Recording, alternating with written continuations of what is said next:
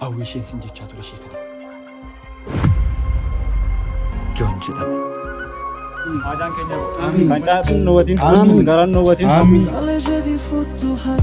Bareeddu callisee namatti hin darbina. Anaaf si gidduutti icciitii.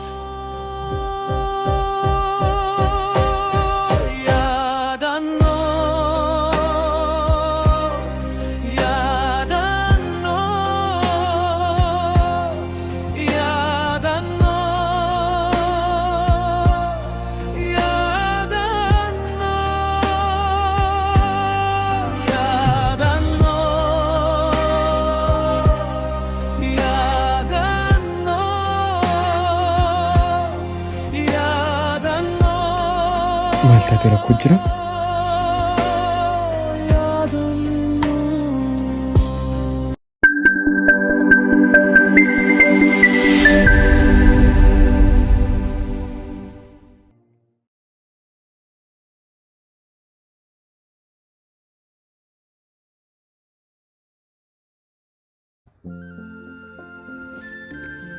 Joon jedhama. Maqaa kana yeroo tokko Jooyyee Baabbii fi Dooriitu naaf baase. Maqaa maatiin koo naaf baasan carraadha. Tamboo aarsuu, qaamuu, xuuxuu fi haraanni biroonis hojii koo idileeti. Bifa kanaan waggoota 3 oliif itti fufeera. Ta'us araada kanarraa adda ba'een jijjiiramaan gaaffii koo dhokkuuti.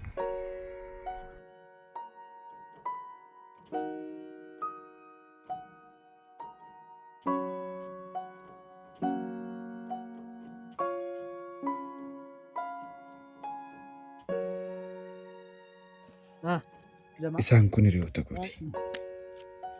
Yeroo ulfaataa sanatti kanan wal baree fi hireen jireenyaa walitti nu fidedha. Isaan biratti dhabuu nu qabaachuudha. Kan boriif dhiphachuun hin jiru. Rakkoo dhufu mara kolfaana gugnee bira dabarra. Keessi isaanii akka alaan mul'atu miti. Waliif yaaduun jaalalli gidduu keenya jiru ajab nama jechisiisa. Yeroo baay'ee bakka kana taa'uudhaan dabarsina.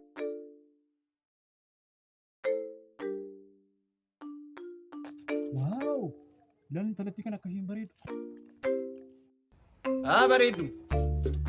Maalla boorsaa wayyaatiin mana barumsaatiin erguu jalqabanii? Hin baatama moo?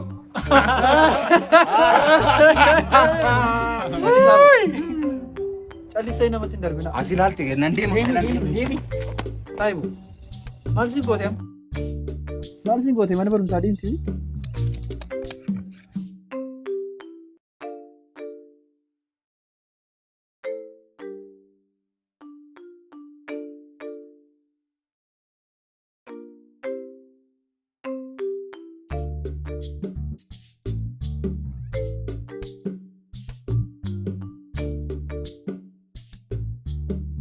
Dhiifama ganama sariyoonni koo siin jedhaniif.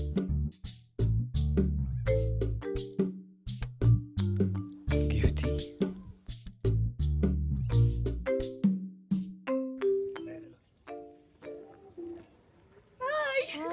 Maanyi baay'ee suutiin baay'ee nama namatti dhugaa dhabde immoo isaanis garuu baay'ee turte. Lakkii gogaanatti ni jira.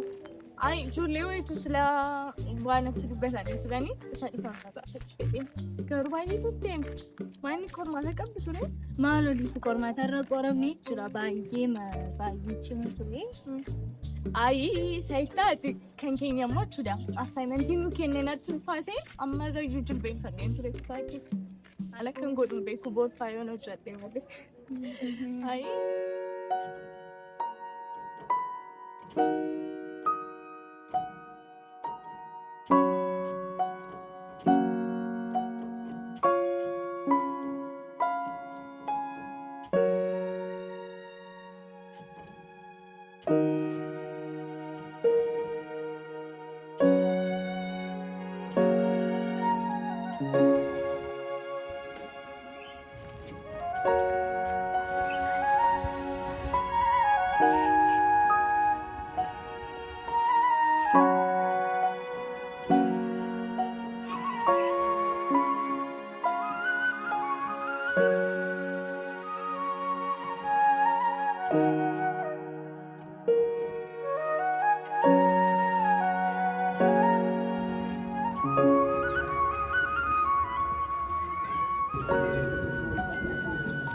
Gifti. Maal geetti maal barbaadda?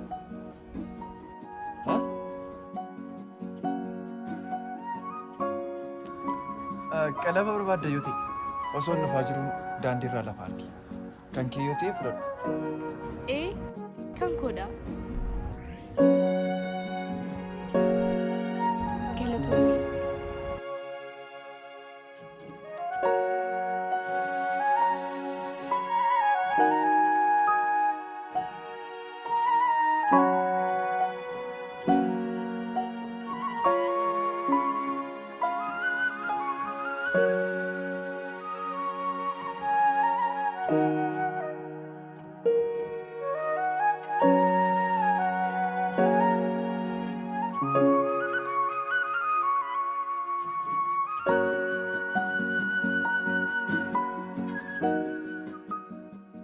Gifti.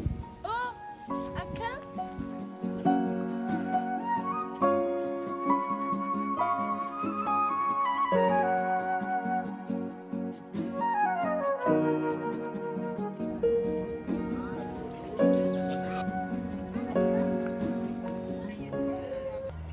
Gifti. Hi. Kam. Nagaadha? Nagaa. Maal isa deemtu? Idil akkoo bira abbiltuu jechuun deemaa jira. Abbaltii maali? Abbiltiin beektu? Beeki. Abbiltii jechuun san Ingiliffaan assignmentii. Dhugaa? Beekuun ture. Assam abbaltii kun gosa Tirik? illee baay'ee jaalladha. Reeka baay'ee jaalladha. Ilaaluu hin danda'u?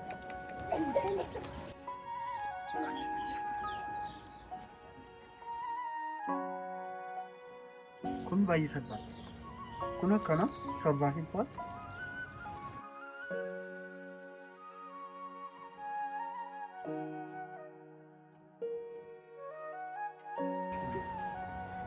Kun immoo baay'ee jaalladha.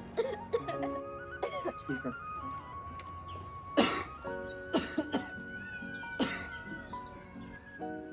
Baay'ee si qufaan saaraan galu.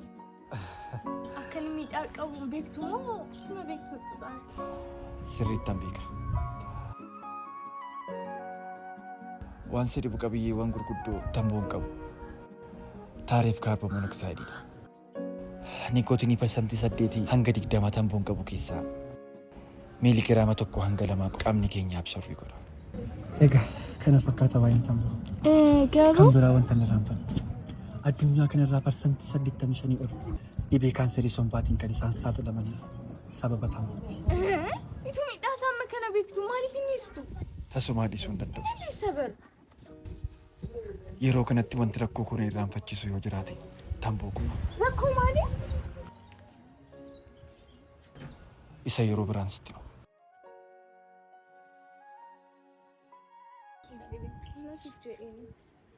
Laakiin nan deema obboleessi godhunaas tanaatiin. Gifti maaliif galtee abbaltuu jechuu deemaa turte? Ammoo naa galeera erga sinaaf ibsite ofii koonu galee hojjetachuu hin danda'a. Galatoomin jedhamu rii. Isa galatoomi. Garuu maqaa koo asirratti hin bala. Yeroon ifama si gaafachuu dhufe hiriyaan kee yeroo isheen si waamte hin bari. Isaan koo akkasitti hin dursitee battee. Kan jiru hirree. Carraan jedhama. Joojetti na waamuu dandeessa. Tole jira. Yeroo biraas yoonatti cimeessitan fide tole. Tole.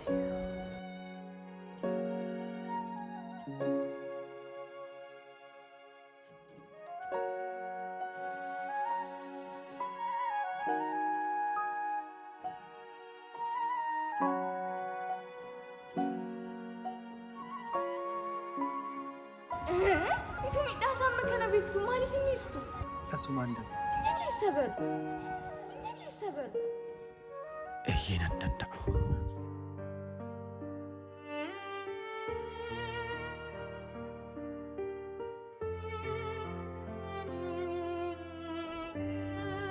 Tasumaan danda'u. Yaadannoo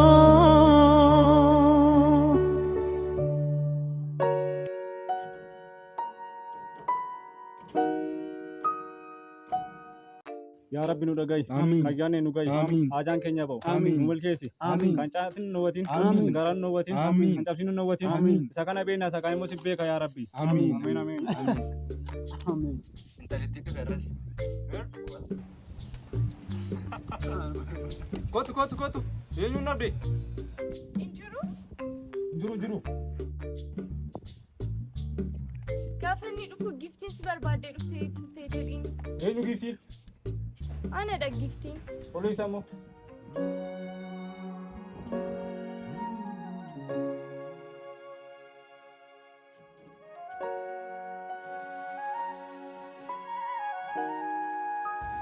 ما جو ما جل كبي مجد كنا وجني جيفتي مو ما تديم بدنا كم تنجي ما دي ما تنجي أنا أنغو كنو شيء كذا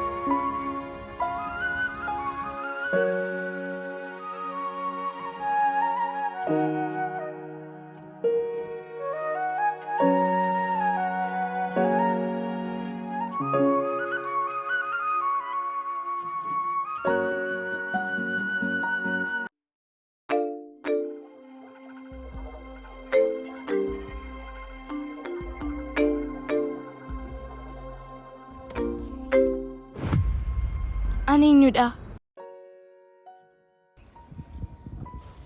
هاوي جفتي ما فطرتي سيجان تريد انجريمتي بايمتي أما يو نكتجد إن في ملء بروم سنجرو تري أنكرو مالين كودي بيكتا بوليسا كون تراجع إيكو يوم سينين نفي اوغا بروم سنجرو تري أنكرو مالين كودي بيكتا بوليسا كون تراجع إيكو يوم سينين نفي اوغا أكستران ديميرو تكيو جندو بسكا ما بالتي كيسي فوجو بوليسا كوسو بيكنا نفي كوسو جنو لداف أنا وجمو ديميريو تكينا برسيسي لكي ماليف ولا ريوتا كوبارو متيانا وجن أبتها سون كيلو نجيب بعد ماليش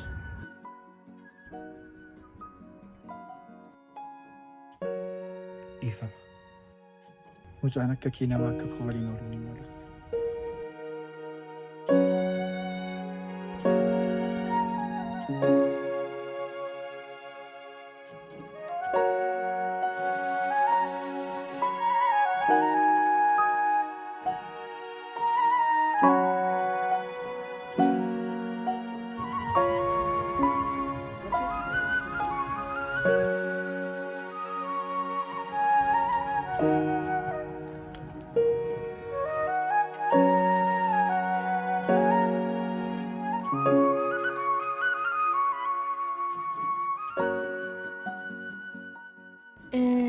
Hiriyoonni kee garuu Hiriyoonni koo maal? hojiin isaanii maal? Isaanis akkuma koodha. Seenaa wal fakkaataa qabna baay'een keenya.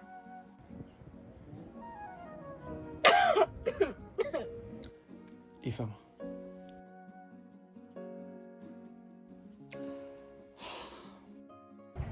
Maaf innistu? Dhiisuu hin danda'u.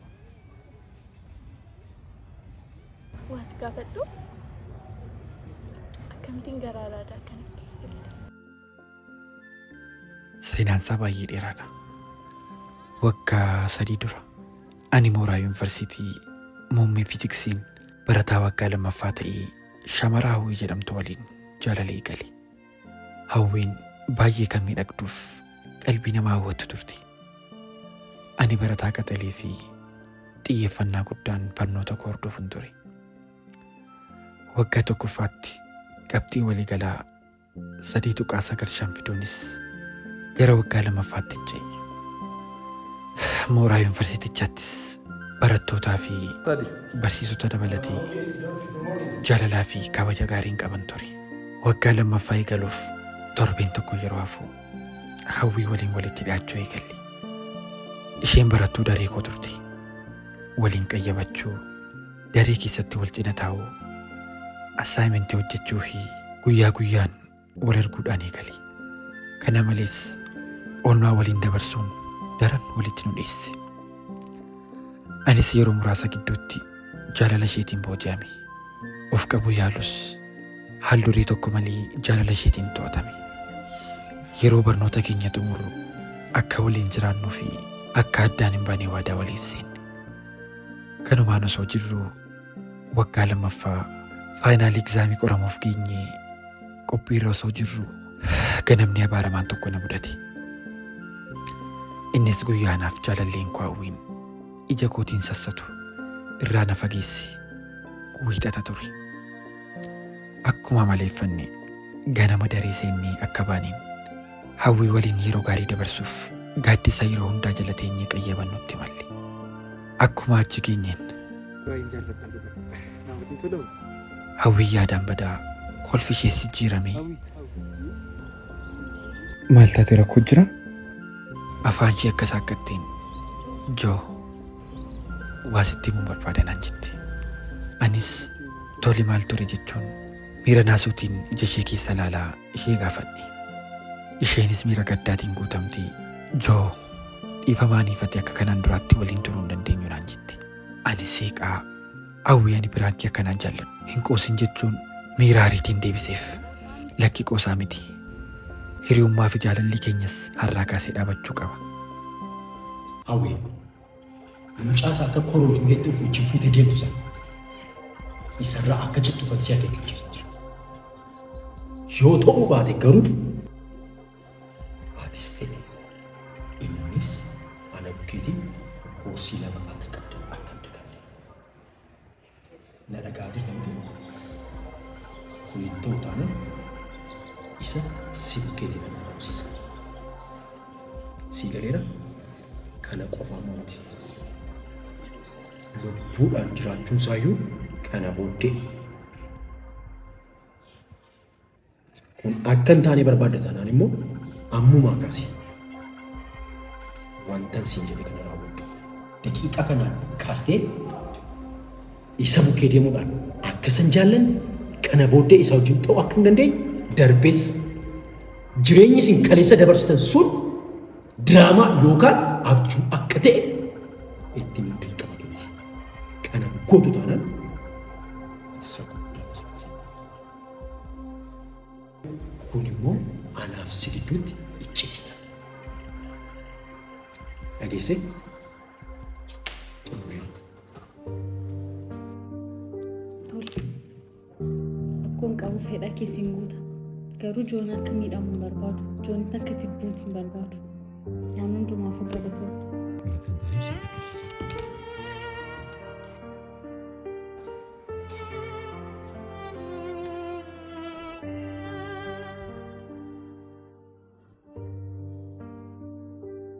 Maal akka murtoo kanaaf dirqisiisee beekuu baaddus guyyaa sanaa eegalee jaalalli keenyas dhukkubsate.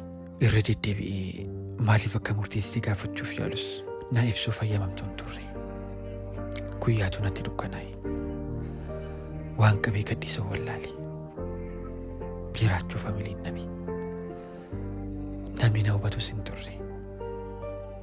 Ciisuu waa isheetu natti mul'ata. Daree yoon seenu yaada isheetu na dhibbisa. Hiriyoonni koo gaaffii isheetiin afaan na gogsu.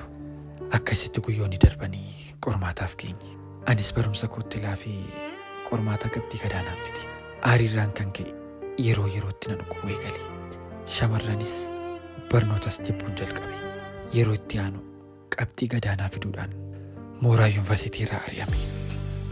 Akkasitti jaalallii koo hawwii fi barnootan jaalladhurraas adda ba'e. Haalonni akkaan eegin taane maatii kootti akka yuunivarsiitii irraa ari'ame himuun natti ulfaate. Kanaaf jecha gara magaalaa kanaatti dhufee jiraachuu murteesse. Hawwiinis barnoota ishee xumuruun hojiif magaalaa kana akka jirtuu fi hiriyaa biraatti hirmuuf akka jettuun odeeffanne. Jajjabaachuus hin dandeenye. Aariin guutamee abdii kutadhee otoo hin jiru hiriyoota koo kanaan wal bare. Isaanis miira wal fakkaatu akka qabnu naaf kaasuun na jajjabeessanii anis isaan waliin jiraachaan jira. Araada kanas miira kootti hin dagachuutti amala ta'e na waliin hafe. Argitee kaayyoo jireenyaa ati qabattee imalaa jirtu gidduutti taateewwan si gufachiisan hedduutu si mudachuu malu. Egaa kana fakkaata seenaan koo.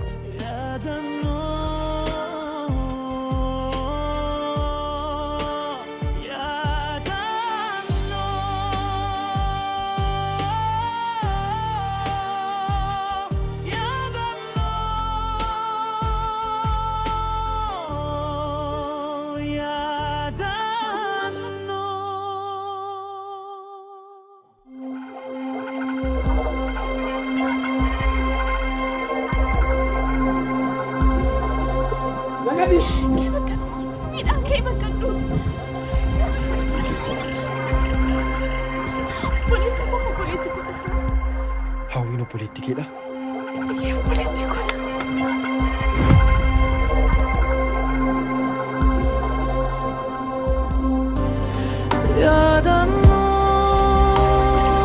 Yaadatu hawwiita.